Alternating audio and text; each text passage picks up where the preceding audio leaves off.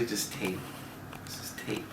And people always say, well, what is that? What do you have, a nasal problem? Do you get your nose broke? Is that like the breathing strips? And I'm like, no, it's actually my conversation piece. Mm-hmm. I'm like, we're talking, aren't we? Like total strangers. And they go, oh yeah, that's kind of cool. I used to never tell people this, but I'm from upstate, like Albany. I used to call it Smallbany. I think as a kid, you know, I was always attracted to the things that came from nothing, because essentially I felt like I was that. But I was basically trying to say, look, I'm good. See, I started out as a dancer, as a street kid, break dancer. Essentially, I loved that feeling of performing. I didn't want that to stop, so then I ventured into music. And I used to DJ when I was like 10. DJing has like helped me. You have to take somebody else's work and kind of dissect it. I'm the creator of the Harlem James Gang, which is a neo-vaudevillian performance troupe where we sing, dance, and do magic. The music and the presentation is kind of futuristic. Have a new solo record that I'm working on. It's called Pony Boys Gold. Pony Boys Gold comes from the film The Outsiders.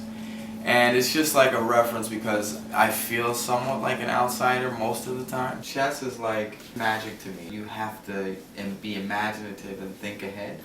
And it kind of intrigued me. Because again, remember, I'm into the details. I have so many interests, you know, but there's just not enough time. One of my biggest faults is that I'm fascinated by all things creative, and I kind of want to do it all. I'm half African American, half Italian. I wasn't the mixed kid that kind of like chose, well, I'm going to identify with my white side or my black side. I always was deeply in love with anything that was cool, whether it came from the Caucasian side or the African American side. So I would mix, you know, like prep with street shit. I'm kind of the ambassador between the hood and suburbia. I understood about the prep stuff because I went to military school and I went to Catholic school. I mean, I got thrown out of all those schools, but I did get that side of things. I like a more refined, mangled look. I like the coming together of different worlds.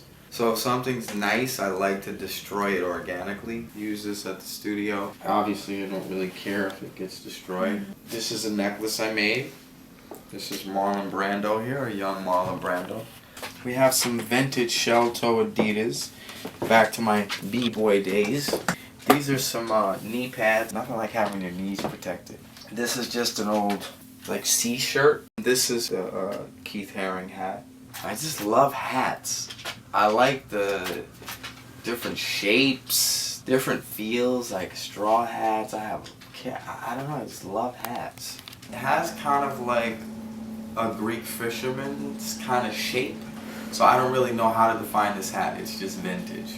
And believe it or not, this is a Gap sweater. It's not about the name brand. Sometimes it's just like they create something nice and simple and it works. These are just some old leather knee pads which I thought were kind of rugged. Somebody who played sports at like Princeton in the 20s or 30s would rock. People call these spats, but I just like a fitted look. I actually rock aprons as a look. I wear it all the time. So for these, what happened is I had my name spelled out on them and I thought that would be kind of cool to do it above the knuckles. I'm into the style of no style. It might be stylish to other people, but it's not to me. It's my reality. I'm just a firm believer in that if you can do anything if you have the balls to say, no, you know what, this is fresh. Like, I think this is cool. I think it didn't really work out for me with military school and Catholic school just because there's no individual there. I'm not interested in perfection. Always about the feeling behind it versus the perfection of it. Because nobody remembers, you know, anything except how you made them feel.